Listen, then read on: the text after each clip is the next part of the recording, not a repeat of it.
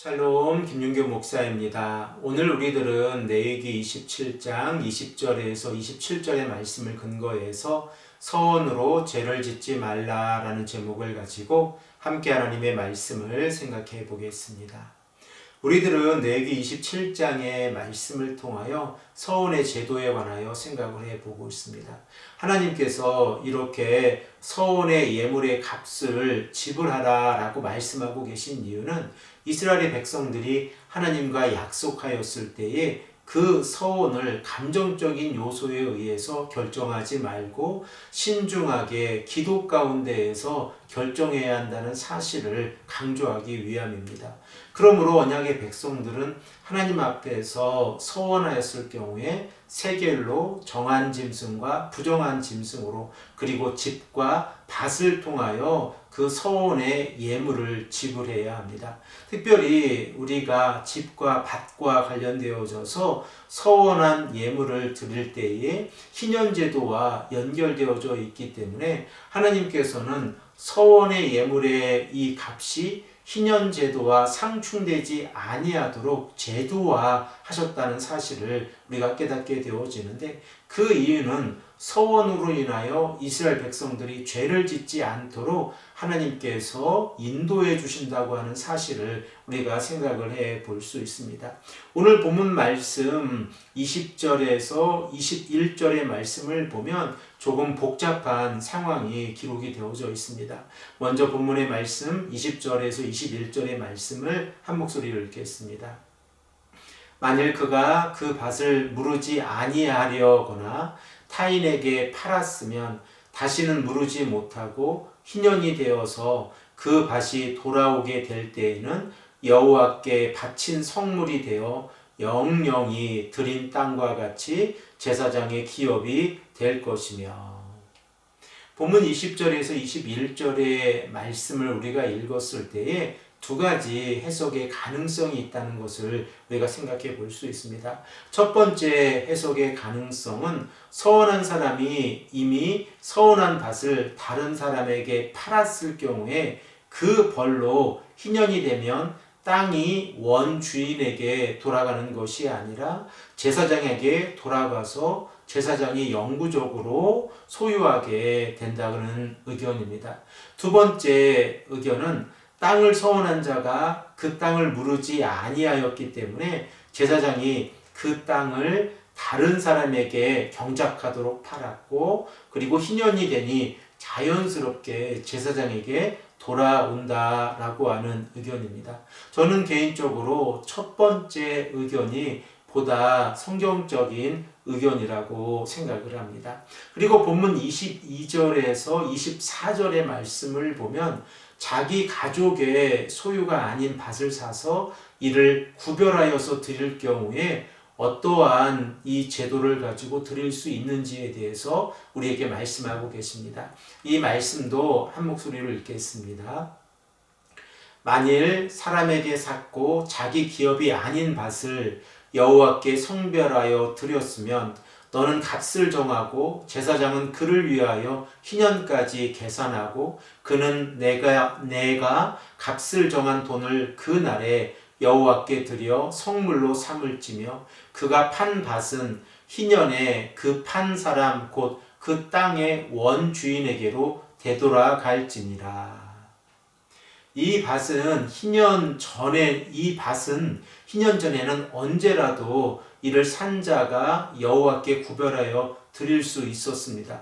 그러나 이 경우 제사장이 매긴 밭의 가격은 즉각적으로 지불이 되어져야 합니다. 하지만 자기 밭이 아닌 것을 구별하여 드렸기에 희년에 이 밭은 본래 주인에게 돌아가야 한다라고 말씀하고 있습니다.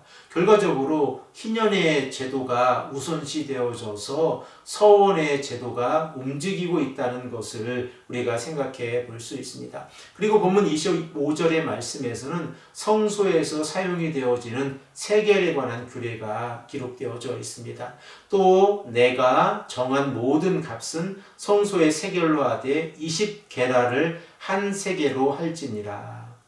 우리가 이미 생각해 본 바와 같이 한 세겔이 노동자 한 달의 품삯이라는 것을 생각을 해보면 그 금액이 적지 않다는 것을 생각해 볼 수 있습니다. 그러므로 이스라엘의 백성들이 하나님 앞에서 서원의 예물을 드릴 때에 그들은 서원하기 전에 신중하게 결정하고 하나님과의 약속을 지켜야 합니다. 오늘 본문 말씀 26절에서 27절의 말씀에서는 서원의 제물 가운데에서 첫 번째 짐승을 드리게 되는 경우 어떻게 해야 하는지를 우리에게 말씀하고 있습니다. 우리 다 함께 26절, 27절의 말씀도 한 목소리를 읽겠습니다. 오직 가축 중에 처음 난 것은 여호와께 드릴 첫 것이라. 소나 양은 여호와의 것이니 누구든지 그것으로 성별하여 드리지 못할 것이며 만일 부정한 짐승이면 내가 정한 값에 5분의 1을 더하여 물을 것이요 만일 무르지 아니하려면 내가 정한 값대로 팔지니라. 본문 26절의 말씀에서 첫 번째 태생은 하나님께 소속되어졌다는 것을 우리가 잘 알고 있습니다. 그러므로 첫 번째 태생의 짐승은 하나님께 서원의 예물로 드릴 수 없다는 것을 우리가 알게 되었습니다. 더 나아가서 27절의 말씀에서 만일 하나님 앞에 드려진 제물이 이 짐승이 부정한 짐승이면 곧 나귀나 말과 같이 부정한 짐승이면 제사장이 정한 값의 20%를 더하여 물을 수 있다라고 말씀하고 계시고 만일 무르지 않으면 제사장이 정한 값에 짐승을 팔아 성소에 들여놓을 수 있다라고 말씀하고 있습니다. 이렇게 하나님께서 서원에 관하여 구체적으로 말씀하고 계신 이유는 이스라엘 백성들이 하나님 앞에 서원을 하였을 때에 서원의 제도로 인하여 희년의 제도가 훼손되지 않게 하기 위함입니다. 그리고 이스라엘의 백성들은 하나님 앞에서 진실되게 서원을 해야 한다는 것을 강조하고 있습니다. 사랑하는 성도 여러분, 우리들은 서원에 관하여 어떻게 생각을 하고 있습니까? 서원은 하나님과의 약속입니다.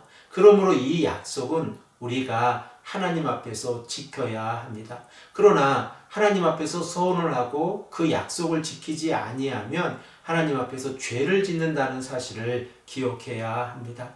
우리가 하나님 앞에서 올바른 삶을 살아가는 것은 하나님과의 약속을 지키며 말씀에 순종하는 삶이라는 것을 다시 한번 기억하고 오늘도 말씀 가운데에서 승리하시는 귀하고 복된 성도님들이 되시기를 간절히 축복합니다.